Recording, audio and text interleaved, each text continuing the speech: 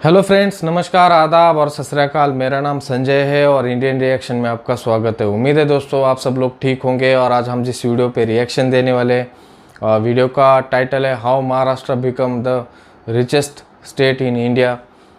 महाराष्ट्र अमीर कैसे बना। ये वीडियो मेरे लिए भी बहुत ख़ास है और मैं भी जानने के लिए बहुत ज़्यादा एक्साइटमेंट है मेरे अंदर भी कि कैसे महाराष्ट्र सबसे रिच स्टेट बना इंडिया में। तो वीडियो पे जाने से पहले अगर आपने चैनल को सब्सक्राइब नहीं किया है तो प्लीज़ चैनल को सब्सक्राइब करें, वीडियो को लाइक करें, साथ में बेल आइकन का बटन है उसको प्रेस करना ना भूलिए। तो पहले वीडियो देख लेते हैं, बातें उसके बाद में कर लेंगे। Let's start. महाराष्ट्र का जीडीपी देश में सबसे ज्यादा हाईएस्ट है और वो भी बहुत बड़े मार्जिन के साथ। अगर आप फर्स्ट और सेकंड स्टेट के जीडीपी के गैप को कंपेयर करोगे और उसके बाद में अगले 7 स्टेट्स की जीडीपी के गैप को मिलाओगे तब जाकर पहले और दूसरे स्टेट के जीडीपी गैप कवर होता है। तो ऐसा क्या है महाराष्ट्र में कि आज वो देश का सबसे रिच स्टेट बन गया है? यही बात इस वीडियो में हम समझेंगे।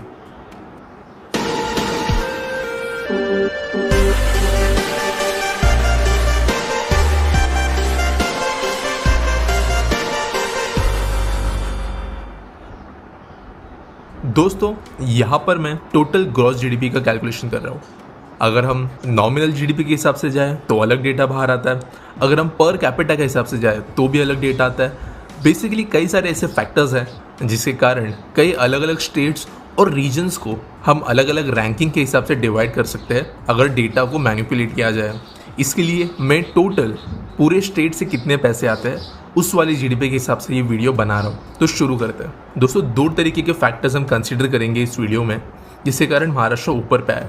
पहले है नेचुरल फैक्टर्स या आप कह सकते हो लक फैक्टर्स जिसके कारण महाराष्ट्र ऑलरेडी ब्लेस्ड था, और दूसरा कारण होगा आर्टिफिशियली क्रिएटेड फैक्टर्स, यानी किस तरीके से प्लानिंग प्रिपरेशन के कारण आज ये रैंकिंग महाराष्ट्र को मिल पाई है। तो पहले बात करते हैं नेचुरल फैक्टर्स की। दोस्तों अनफॉर्चुनेटली या फॉर्चुनेटली अगर आप कहो तो महाराष्ट्र में वाटर की बहुत ज़्यादा कमी है। अगर आप कोंकण रीजन को छोड़ दो तो विदर्भा, मराठवाड़ा, ये 2 ऐसे रीजन्स रहे महाराष्ट्र के जो हमारे पूरे देश में one of the worst affected rain shadow regions है, जहाँ पर ज़्यादा बड़े पैमाने पर बारिश नहीं हो पाती।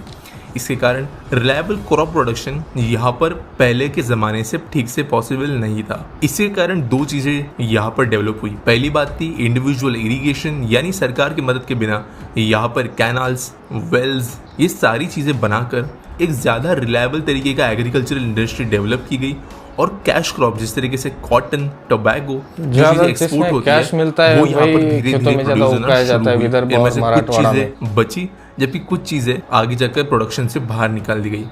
और इसी कारण कई सारे फार्मर्स सिर्फ फार्मिंग पर रिलायबल नहीं रह सकते थे और बाकी तरीके के बिजनेस की ओर वो बढ़ने लगे बहुत ही ज़्यादा पहले से। इसी कारण अलग अलग चीज़ों में एक्सपर्टीज़ यहाँ के लोगों को बहुत पहले से आ गई। दूसरी बात है यहाँ के मिनरल रिसोर्सेज। दोस्तों महाराष्ट्र में एक फ़ायदा ऐसा है स्टेट को मिला है कि यहाँ पर सारे के सारे मिनरल्स अवेलेबल तो है, मे बी सारे बहुत बड़ी क्वांटिटीज़ में नहीं हो, लेकिन वैरायटी बहुत है। आप आयरन से लेकर यूरेनियम से लेकर मैंगनीज जैसे सब कुछ अलग अलग तरीके के मिनरल्स यहाँ पर मौजूद है। इसके कारण इंडस्ट्रीज को एक स्ट्रैटेजिक एडवांटेज मिलता है। इसके कारण ऑब्वियसली कोस्ट होने के कारण किसी भी स्टेट को एक बड़ा एडवांटेज मिलता है जो यहाँ पर महाराष्ट्र को भी मिल पाया है। और लास्टली अगर हम लक फैक्टर्स की ही बात कर रहे हैं तो मुंबई ब्रिटिशर्स के द्वारा एक इम्पॉर्टेंट पोर्ट सिटी बनाया गया था। इसके कारण इकोनॉमिक एक्टिविटी पहले से ही स्टेट के कैपिटल में ज़्यादा रही है, लेकिन एट द सेम टाइम जब ब्रिटिशर्स गए थे उस टाइम पे मुंबई, कोलकाता, मद्रास, ये तीनों इम्पॉर्टेंट पोर्ट सिटीज़ थी और तीनों जगहों पर इकोनॉमिक एक्टिविटी ऑलमोस्ट सेम या इनफैक्ट मुंबई से ज़्यादा हुआ करती थी। कोलकाता ज़्यादा फेमस था। इसके बाद में क्या ऐसी चीज़ें की गई कि यहाँ की जीडीपी इतनी ज़्यादा बढ़ गई। दोस्तों पहला काम जो महाराष्ट्र में किया गया था पहले वो था सिटी एग्रीगेशन। कई लोग अगर महाराष्ट्र की इकोनॉमी की बात करते हैं तो उनके सामने सिर्फ एक शहर का नाम आता है जो है मुंबई। लेकिन महाराष्ट्र के जो दूसरे सिटीज है उनकी खुद की जीडीपी हमारे देश के कई सारे अलग अलग स्टेट के कैपिटल से भी बहुत ज्यादा है। मुंबई तो फाइनेंशियल कैपिटल बन गया, लेकिन इसके साथ साथ पुणे जो देश का 28% आईटी एक्सपोर्ट करता है यहाँ का आईटी कैपिटल बना, जिसके साथ उसकी सैटेलाइट टाउन पिंपरी चिंचवड़ भी थी। नासिक देश का सबसे बड़ा इलेक्ट्रिक क्लस्टर बना जहाँ पर आज भी बहुत बड़े पैमाने पर मैन्युफैक्चरिंग की जाती है। औरंगाबाद स्टेट का ऑटोमोबाइल और फार्मा हब बना जहाँ पर बड़ी बड़ी कंपनीज अपने ऑटोमोबाइल्स मैन्युफैक्चर करती है और बड़ी बड़ी फार्मास्यूटिकल इंडस्ट्रीज यहाँ पर अपने रिसर्च एंड डेवलपमेंट के साथ साथ प्रोडक्शन का भी काम करती है। नागपुर सेंट्रली लोकेटेड होने के कारण ये एक इम्पॉर्टेंट ट्रेड हब बना, जहाँ पर लॉजिस्टिक्स इंडस्ट्री और ट्रेडिंग इंडस्ट्री को इतनी ज़्यादा ग्रोथ मिली कि 2 RBI के ब्रांचेस इस अकेले शहर में बनाए गए। और इसी पैमाने पर कई सारे अलग शहर भी महाराष्ट्र कंटिन्यूसली डेवलप करते रहता है। और मुंबई के कारण पूरा का पूरा नवी मुंबई जैसा शहर जो आज हमारे देश की इकोनॉमिक एक्टिविटीज में टॉप 20 में आता है, ये पिछले 40 साल के अंदर मुंबई को इसके साथ पुणे के भी कई सारे सैटेलाइट टाउन्स को बहुत बड़े पैमाने पर इसी तरीके के प्लान डेवलपमेंट किए जा रहे हैं। औरंगाबाद के पास में शेंद्री नाम की एक सिटी बनाई जा रही है, जिसके कारण फ्यूचर प्रूफिंग का काम महाराष्ट्र में पहले से भी होते आ रहा है और अभी भी किया जा रहा है। अब इन सारे शहरों में इंडस्ट्रीज आई कहाँ से, तो यहाँ पर बात करते हैं महाराष्ट्र की पॉलिसी। बहुत जरूरी है दोस्तों। MIDC या फिर महाराष्ट्र इंडस्ट्रियल डेवलपमेंट कॉर्पोरेशन हमारे देश की one of the most liberal और ओपन इंडस्ट्रियल अथॉरिटीज रही है बहुत पहले से। लैंड एक्विजिशन का प्रोसेस, अनइंटरप्टेड पावर, वाटर, ये सारी चीजें बहुत इजीली यहाँ पर मिल पा रही थी 1960s और 70s में ही। इसके कारण कई सारी इंडस्ट्रीज ने प्रेफरेंस दिया। और दूसरी बात थी कि यहाँ पर ऑलरेडी कुछ बड़े बड़े इकोनॉमिक पावर हाउसेस काम कर रहे थे। दोस्तों, टाटाज, अंबानीज और कई सारी बड़ी बिजनेसेस जो आज मुंबई में से ऑपरेट होती है, उनका जन्म शायद मुंबई में नहीं हुआ होगा, लेकिन फिर भी उन्होंने मुंबई को अपना बेस चुना ऐसे ही कुछ कारणों के कारण। और यही आगे जाकर एक चेन इफेक्ट बन गया, जिसके कारण एक से दूसरी, दूसरी से तीसरी इंडस्ट्री महाराष्ट्र में आना शुरू हुई और आगे जाकर एक पूरा का पूरा सप्लाई चेन नेटवर्क यहाँ पर बन गया। दोस्तों, तीसरी चीज़ है लिटरेसी। दोस्तों, एक चीज़ यहाँ पर कई सारे लोग कंपेयर करना भूल जाते हैं कि लिटरेसी परसेंटेज के हिसाब से अगर आप कंपेयर करो तो कौन से स्टेट में कितने एक्चुअल नंबर ऑफ लोग बनते हैं जो लिटरेट है, और वो क्वालिटी ऑफ लिटरेसी भी क्या है। दोस्तों, अगर देखा जाए तो कहा जाता है कि केरला की लिटरेसी 100% है, लेकिन अभी के फिगर्स के हिसाब से 98% है। लेकिन अगर हम 100% भी कंसिडर करें तो पूरे केरला के पॉपुलेशन के हिसाब से 3.4 करोड़ लोग यहाँ पर लिटरेट होने चाहिए। वही अगर हम महाराष्ट्र की कंपैरिजन करें तो सेकंड लार्जेस्ट स्टेट होने के साथ यहाँ का पॉपुलेशन 11.42 करोड़ लोग हैं, और इसके कारण यहाँ की 88.2% लिटरेसी रेट के साथ में यहाँ का ह्यूमन रिसोर्स बहुत ही ज़्यादा लिटरेट बन जाता है। और इतने बड़े लिटरेट वर्कफोर्स के साथ काम करना किसी भी इंडस्ट्री के लिए एक बड़ा प्लस पॉइंट है। दूसरी बात दोस्तों ऐसी है कि महाराष्ट्र की लिटरेसी चाहे दुनिया में सबसे अच्छी न हो, इनफैक्ट आप सीधा सीधा कह सकते हो कि कुछ बहुत हाई क्वालिटी की लिटरेसी यहाँ पर है नहीं, लेकिन फिर भी हमारे देश के बाकी अगर आप स्टेट से कंपेयर करोगे तो महाराष्ट्र का प्राइमरी और सेकेंडरी एजुकेशन बहुत ही ज़्यादा स्ट्रॉन्ग बेस बनाता है। दोस्तों, कई स्टेट्स में लिटरेसी होने के बावजूद लोग कई बार हिंदी जैसे लैंग्वेजेस भी नहीं बोल पाते, और कुछ स्टेट्स में तो रीडिंग राइटिंग भी क्लास 10 तक एक स्ट्रॉन्ग पॉइंट नहीं बन पाता है किसी भी स्टूडेंट के लिए। लेकिन महाराष्ट्र स्टेट में गांवों तक एटलीस्ट बेस एजुकेशन बहुत स्ट्रांग रखा गया है। और अगर आप कोई इमिग्रेंट हो या महाराष्ट्र के रूरल एरिया में आपने ट्रैवल किया है तो आपने ज़रूर ये आइडेंटिफाई किया होगा कि यहाँ पे लोग चाहे डे टू डे यूजेज में हिंदी बात करते हो नहीं करते हो, normal day to day usages में जो बाकी लैंग्वेजेस वगैरह है वो लिखते हैं नहीं लिखते हैं, फिर भी कम्युनिकेशन करने में कोई दिक्कत नहीं आएगी। और यही बात कई सारे इंडस्ट्रीज के लिए बहुत ज़्यादा अट्रैक्टिव बनती रही और यहाँ के लोगों को वो हायर करते रहे और इंडस्ट्री सेटअप करते रहे। दोस्तों, अगली अगर फैक्टर की बात करें तो वो पॉलिटिक्स से जुड़ा हुआ है। महाराष्ट्र हमेशा सेंटर से पैसे लाने में बहुत ज़्यादा एक्सपर्ट रहा है, जिसके ज़रिए बहुत ज़्यादा इंफ्रास्ट्रक्चर महाराष्ट्र में डेवलप किया गया है। सेंटर से जो भी बजट एलोकेशन होता है उसका बड़ा चंक किस तरीके से लॉबी करना है, ये महाराष्ट्र के पॉलिटिशियंस ने 1960s, 70s और 80s में बड़े पैमाने पर करके दिखाया, जिसके कारण अकेला स्टेट महाराष्ट्र बनता है जहां पर 3 इंटरनेशनल एयरपोर्ट्स है, रेलवे नेटवर्क बहुत फैला हुआ है, देश का पहला एक्सप्रेसवे यहाँ पर बना था, देश के पहले ड्राई पोर्ट्स महाराष्ट्र में बने थे, इंडिया का सबसे बड़ा पोर्ट भी यहीं पर है, और बेसिकली यहाँ का इंफ्रास्ट्रक्चर कंपैरेटिवली देश से बहुत अच्छी तरीके से डेवलप किया जा सका, जो फिर से इंडस्ट्रीज के लिए अट्रैक्टिव बनता है। दोस्तों, आज भी पूरे देश की 38% FDI महाराष्ट्र में जाती है, जबकि 32% इनकम टैक्स एक स्टेट महाराष्ट्र में से आता है, और ये ले चलता है हमारे लास्ट रीजन की ओर, वो है फाइनेंशियल कैपिटल। दोस्तों, मुंबई में आज मैन्युफैक्चरिंग, लॉजिस्टिक्स, इन जैसे सेकेंडरी सेक्टर जॉब्स बहुत कम हो चुके हैं, जबकि बैंकिंग, इंश्योरेंस, फाइनेंस जैसी चीज़ें ही मुंबई को आज टॉप पर ले आती है। दोस्तों, हमारे देश में आपको शायद पता नहीं होगा, लेकिन मद्रास, कोलकाता, दिल्ली, इन जैसे कई सारे शहरों में स्टॉक एक्सचेंजेस बनाए गए थे, लेकिन सिर्फ BSE सर्वाइव कर पाया और यहाँ पर NSE भी एक्चुअल में नर्चर हो पाया। इसके कारण स्टॉक मार्केट जो किसी भी देश के फाइनेंशियल कैपिटल का हार्ट होता है, वो यहाँ पर एक्चुअल में ग्रो हो पाया। और यही जो भी मैंने रीजंस बताया, अगर आप बाकी स्टेट से कंपेयर करोगे तो आपको डिफरेंस नजर आएगा कि कहाँ कहाँ पर कौन से स्टेट्स थोड़ा बहुत पीछे रह गए और महाराष्ट्र को एडवांटेज मिलते हुए वो आगे बढ़ गया। आज की अगर करंट सिनेरियो की बात करें तो दोस्तों, ये पोजीशन ज़्यादा समय तक महाराष्ट्र रिटेन कर पाएगा या नहीं, इस बात को लेकर फ्यूचर अनसर्टन है।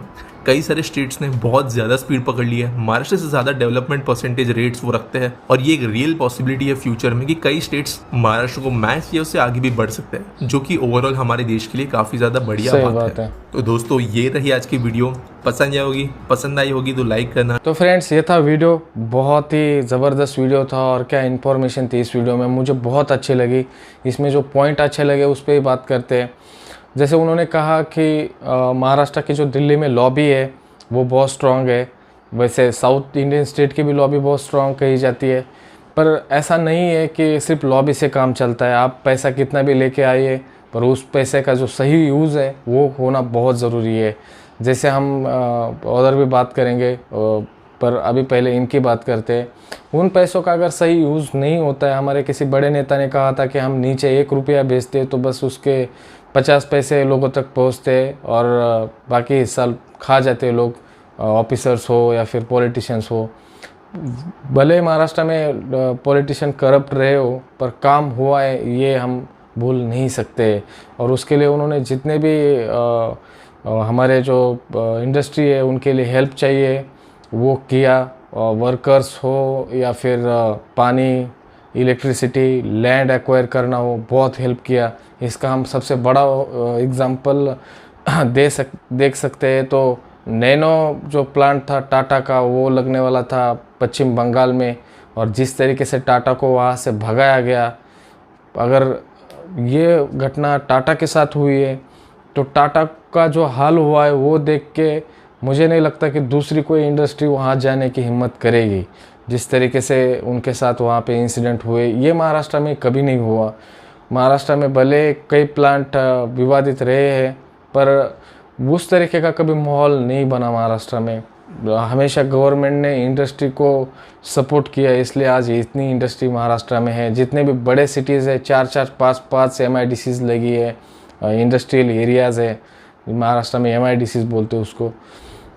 और सबसे ख़ास बात मुझे जो लगी, उन्होंने जैसे कहा कि ऊपर वाले का भी बहुत देन है महाराष्ट्र के साथ, क्योंकि जो हमारी समंदर किनारा है 720 किलोमीटर का है, उसमें भी बहुत हेल्प होती है। भाई बहुत लोगों के मैंने कमेंट्स पढ़े कि मुंबई नहीं होता तो महाराष्ट्र टॉप पे नहीं करता। भाई मुंबई क्यों नहीं होता? मुंबई महाराष्ट्र में ही है और हमेशा महाराष्ट्र में ही रहेगा। मुंबई होता नहीं होता, मुंबई महाराष्ट्र में ही है और पहले से महाराष्ट्र में ही है। और सबसे ख़ास बात है कि अगर आप एक साइड मुंबई को भी कर दे, मुंबई को भी निकाल दे, फिर भी महाराष्ट्र नंबर 1 ही है महाराष्ट्र पूरे इंडिया में।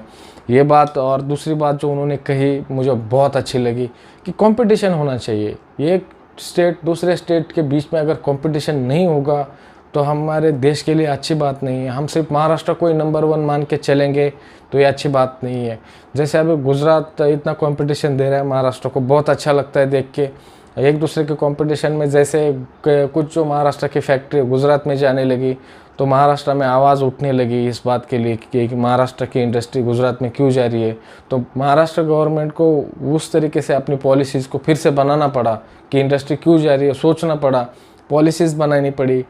ये बातें होती है। अगर दूसरा कोई स्टेट और गुजरात और महाराष्ट्र को टक्कर देता है, जैसे तमिलनाडु टक्कर देता है, तो ये दोनों स्टेट भी और अच्छा काम करने के लिए प्रेरित होंगे। ये बहुत अच्छी बात है।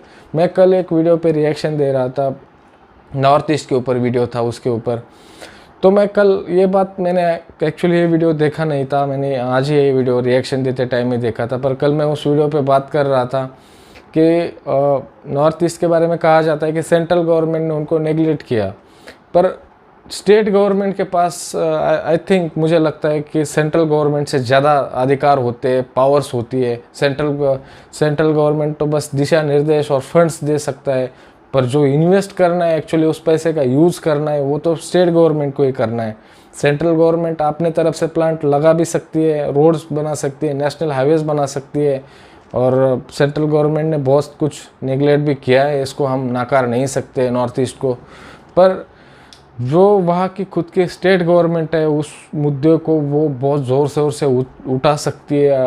पर यहाँ पे बहुत बड़ी बात है कि अगर सेंट्रल गवर्नमेंट ही खुद करप्ट हो, सेंट्रल गवर्नमेंट ही खुद आने वाला पैसा खुद के पॉकेट में डालने वाली हो, तो फिर लोगों का बुरा हाल होना तय है। और ये बहुत कुछ हमारे सिर्फ नॉर्थ ईस्ट ही नहीं कह सकते, बहुत सारे ऐसे स्टेट है इतने सारे प्राइम मिनिस्टर यूपी से हुए हैं आज तक, यूपी आज तक क्यों डेवलप नहीं हुआ? बिहार, इतने हार्ड वर्क करने वाले लोग हैं बिहार के, और सबसे ज़्यादा बिहार के लोगों को तकलीफ झेलनी पड़ती है इस देश में, इंडिया में तो सबसे ज़्यादा बिहार के लोगों को झेलनी पड़ती है, क्योंकि वहाँ उनको बहुत कुछ सुनाया जाता है बाहर के स्टेट में कि आपके स्टेट को सुधारो, ये करो, वो करो। क्यों होता है?